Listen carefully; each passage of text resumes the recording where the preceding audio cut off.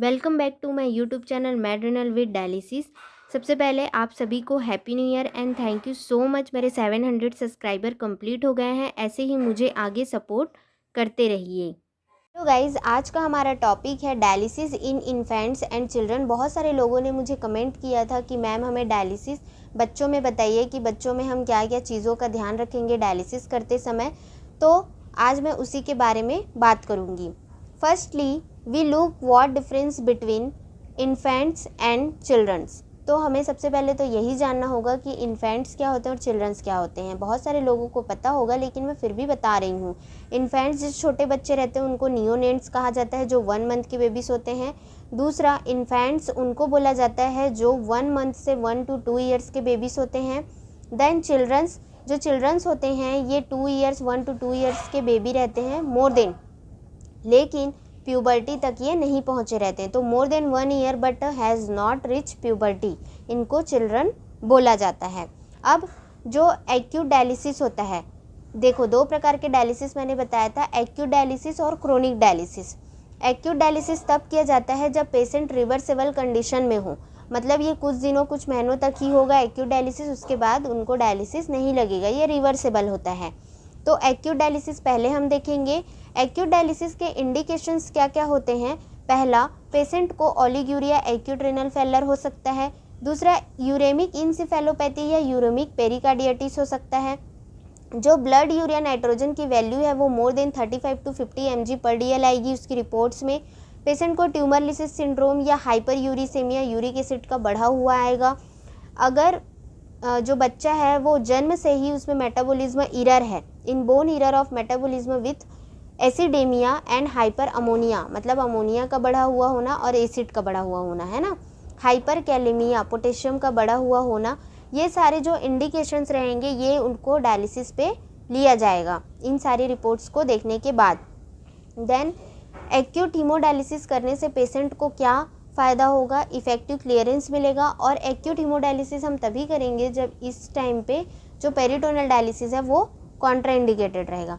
इसमें प्रिकॉशंस क्या रखना है। प्रिकॉशंस पहला ये है कि जो भी इस डायलिसिस को करेगा वो एक्सपर्टाइज होना चाहिए, टेक्निकल एक्सपर्टाइज होना चाहिए।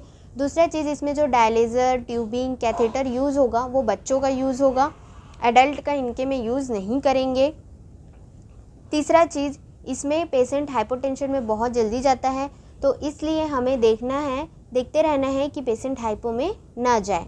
अब सबसे पहले तो वैस्कुलर एसेस देखेंगे, मतलब जो बच्चे को कैथेटर डलेगा वो कैसे डलेगा। तो नियोनेट्स अगर है बच्चा, नियोनेट्स है, एक मंथ का है, तो उसको यूवीसी अम्बिलिकल वेनस कैथेटर या अम्बिलिकल आर्टेरियल कैथेटर जो रहेगा वो 5 फ्रेंच का डाला जाएगा।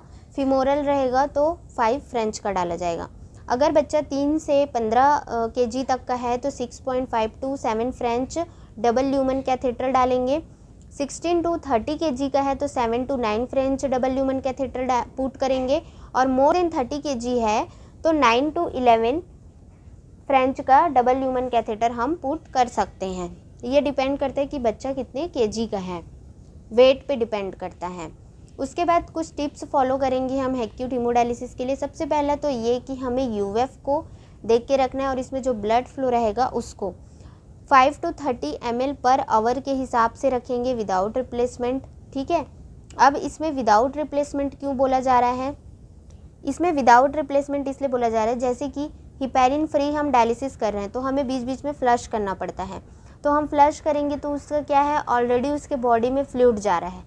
तो हमें इन चीज़ का ध्यान रखना है कि अगर आप फ्लश कर रहे हैं तो आप यूएफ को थोड़ा सा बढ़ा के रखेंगे और उस हिसाब से हमें ये ब्लड फ्लो सेट करना रहेगा। तो 5 to 30 ml पर आवर, तो मान लीजिए ये 4 आवर्स का हो रहा है तो 4 into 3 तो 120 ml पर आवर, 120 ml हम रख सकते हैं, है ना। उसके बाद वॉल्यूमेट्रिक कंट्रोल एसेंशियल, हमें देखना है कि पेशेंट बहुत ज़्यादा वॉल्यूमेट्रिक है तो हमें यूएफ एकदम से नहीं रखना है, पेशेंट हाइपो में जा सकता है। तीसरा, बाइकार्बोनेट जो सॉल्यूशन रहेगा उसमें हमें कैल्शियम को प्रिफर्ड करना है। उसके बाद स्पेशल हीमोफिल्टर, मतलब जो डायलिज़र रहेगा, ये जो डायलिज़र आप देख रहे हैं ये डायलिज़र हमें स्मॉल साइज़ का यूज़ करना है। जैसे कि स्मॉल साइज़ हमें कैसे पता चलेगा, जो डायलिज़र रहता है उसका सरफेस एरिया होता है, सरफेस एरिया से हमें समझ में आएगा कि ये हीमोफिल्टर बच्चों के लिए है। जैसे कि मैं कुछ है उसको बताती हूँ। जैसे कि 0.2 का आता है। 0.2 का हम तब यूज़ करेंगे जब हम ब्लड फ्लो को 70 रखेंगे और उसका जो यूरिया रहेगा वो 100 के, तब हम इस डायलेज़र का उपयोग करेंगे। उसके बाद अगर 0.6 का आता है, 0.6 सरफेस का हम यूज़ करते हैं। ये पॉलीफ्लक्स का आता है, गैम्ब्रो कंपनी का।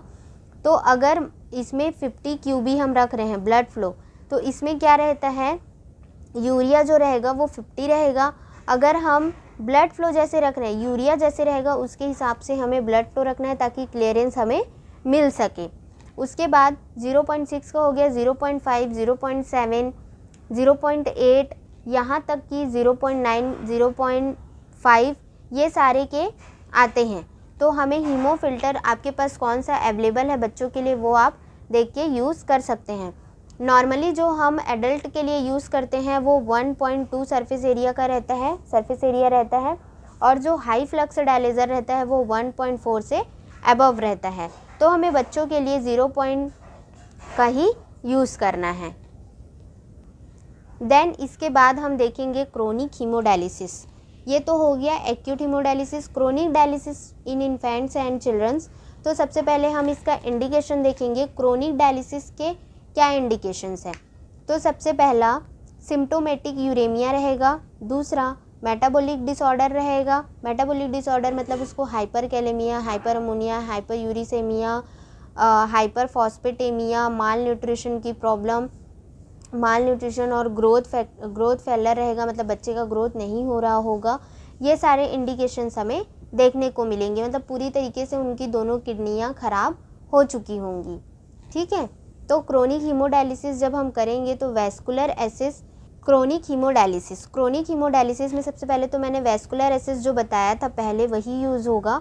ठीक है। अगर हमें कहीं पे भी कैथेटर डालने के लिए नहीं मिल रहा है तो फिस्टुला तो डिफ़िकल्ट ही होगा, बच्चों का उतना वेन डेवलप्ड नहीं रहता है तो फिस्टुला नहीं बना सकते, बट ग्राफ्ट प्लेस्ड कर सकते हैं। जो हम डायलेज़र यूज़ करेंगे, इससे पहले जो मैंने डायलेज़र बताया था कि सरफेस एरिया क्या होना चाहिए, कम होना चाहिए। और ये जो डायलेज़र रहेगा हम यूरिया क्लियरेंस के हिसाब से डिसाइड करेंगे। जैसे यूरिया क्लियरेंस 3 ml पर मिनट के हिसाब से इसमें है। ब्लड फ्लो हम 40 से 120 ml पर मिनट रख सकते हैं स्मॉल चिल्ड्रन के लिए। ब्लड लाइन जो रहेगी, जो ब्लड लाइन कैपेसिटी रहेगी नियोनेट्स की वो 20 ml होगी, इन्फेंट्स की 40 ml एंड चिल्ड्रंस की 73 ml तक हो सकती है। बाइकार्बोनेट डायलासेट में कैल्शियम होगा ही होगा। वॉल्यूमेट्रिक कंट्रोल ऑफ यूएफ, जैसे मैंने बताया कि यूएफ बहुत ज़्यादा बड़ा हुआ भी है तो हमें एकदम से यूएफ को नहीं रखना है, इससे बहुत सारे कॉम्प्लिकेशंस आ सकते हैं। डायलिसिस प्रिस्क्रिप्शन, अब देखो जैसे डायलिसिस कर रहे हैं तो ये होता है, ये सरफेस एरिया बहुत कम होता है, ऐसे डायलेज़र होते हैं। ये ट्यूबिंग है फ्रेजेनियस का, ये फ्रेजेनियस का डायलेज़र भी है जो एफएक्स नाम से आता है। डायलिसिस स्टार्ट करने से पहले हमें हीमोडायलिसिस प्रिस्क्रिप्शन देखना है। सबसे पहला आप प्राइमिंग करते हैं तो आप डायलेज़र और ट्यूबिंग को देखेंगे कि वो बच्चों वाला है कि नहीं है। दूसरा चीज़ यूरिया क्लियरेंस जो रहेगा 3 ml पर kg रहेगा। रिपीटेड शॉर्ट ट्रीटमेंट होगा। हिपैरिन का बहुत ही मेजर रोल है। हिपैरिन को हम 0.3 से 0.5 यूनिट पर kg पर मिनट के हिसाब से रखेंगे। KT/V मोर देन 1.2 और URR जो रहेगा urea reduction ratio more than 65% होना चाहिए। डबल पोन ऑफ हीमोडायलिसिस, जैसे मैंने बहुत सारे कॉम्प्लिकेशंस ऑलरेडी बताए हुए हैं, बच्चों में भी वही प्रॉब्लम्स होते हैं। डिसइक्विलिब्रियम सिंड्रोम, DDS में जा सकता है, सीजर आ सकते हैं, हाइपोटेंशन, हाइपोग्लाइसेमिया, हाइपोथैलेमिया, ये सारे प्रॉब्लम बच्चों में भी देखने को मिलता है। सबसे ज़्यादा हाइपोटेंशन देखने को मिलता है। So please be careful and thank you so much guys मेरे इस वीडियो को इतना सपोर्ट करने के लिए। आप सभी को अगर मेरे ये वीडियोस अच्छे लग रहे होंगे तो प्लीज़ चैनल को सब्सक्राइब ज़रूर करिए और जितना ज़्यादा हो सके उतना शेयर करिए ताकि बाकी लोगों को भी इसका नॉलेज हो सके। Thank you so much guys, once again keep learning, keep growing and once again happy new year. Thank you.